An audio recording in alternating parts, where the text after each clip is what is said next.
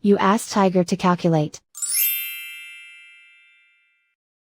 The final result is x equal or smaller than 39/8 equal or smaller than 47/8. Let's solve it step by step. Group all constants on the right side of the inequality. Add 7 to both sides.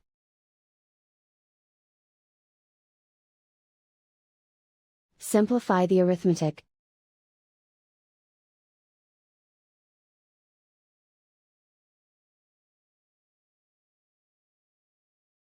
Isolate the x. Divide both sides by 16.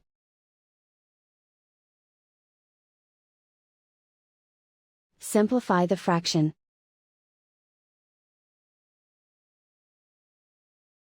Find the greatest common factor of the numerator and denominator.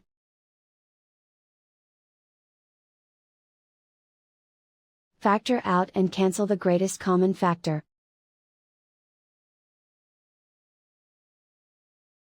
Plot the solution on a coordinate grid.